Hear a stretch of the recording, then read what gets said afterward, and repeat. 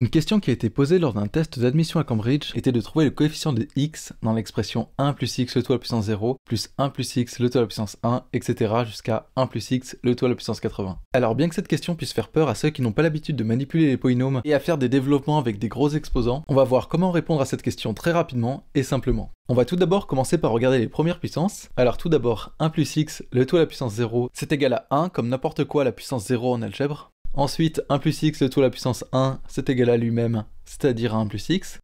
1 plus x le tout au carré, c'est égal à 1 plus 2x plus x au carré. Et enfin, 1 plus x le tout à la puissance 3, c'est égal à 1 plus 3x au carré plus x puissance 3. Et là, on remarque quelque chose de très intéressant. Dans 1 plus x le tout à la puissance 0, on a 0x. Dans 1 plus x à la puissance 1, on a 1x. Dans 1 plus x le tout à la puissance 2, on a 2x. Et dans 1 plus x à la puissance 3, on a 3x. Donc il semblerait que si j'écris le nombre de x en dessous de chaque parenthèse, on en ait 0, 1, 2, etc. jusqu'à 80.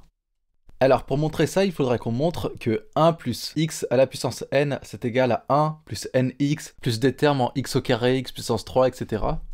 Alors même si c'est vrai, je ne vais pas le démontrer, j'ai juste envie de vous faire voir pourquoi c'est vrai, et pour ça on va retourner à l'exemple 1 plus x, le tout à la puissance 3.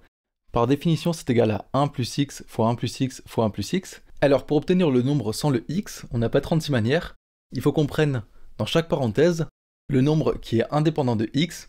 Et donc ici, il faut qu'on prenne le 1 dans la première parenthèse, le 1 dans la deuxième, et le 1 dans la troisième.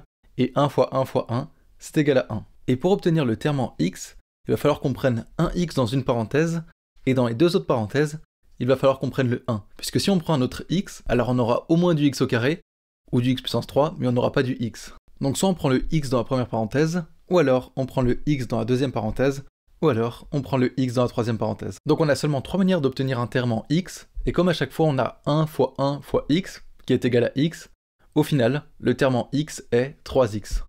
Et c'est exactement pour la même raison que dans 1 plus x, le tout à la puissance n, le terme en x est nx.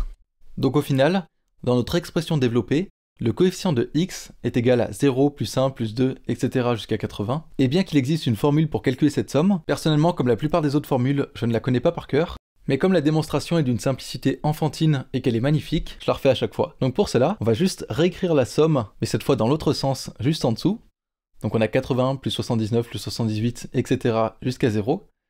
Et on voit que 0 plus 80 c'est égal à 80, 1 plus 79 c'est égal à 80, 2 plus 78 c'est égal à 80, etc. Et donc si on ajoute ces deux sommes, on obtient 80 fois le nombre de termes. De 0 à 80, on en a 81. Donc deux fois notre somme est égale à 80 fois 81. Donc une seule fois la somme est égale à 80 fois 81, le tout divisé par 2. Pour ça on peut juste diviser le 80 par 2, ça nous fait 40. Et 40 fois 81, on peut le faire de tête ou avec un stylo, c'est égal à 3240. Donc au final, le coefficient de x dans cette expression développée est égal à 3240. Et vous voyez qu'avec un petit peu d'intuition et quelques connaissances, on peut trouver le résultat très rapidement.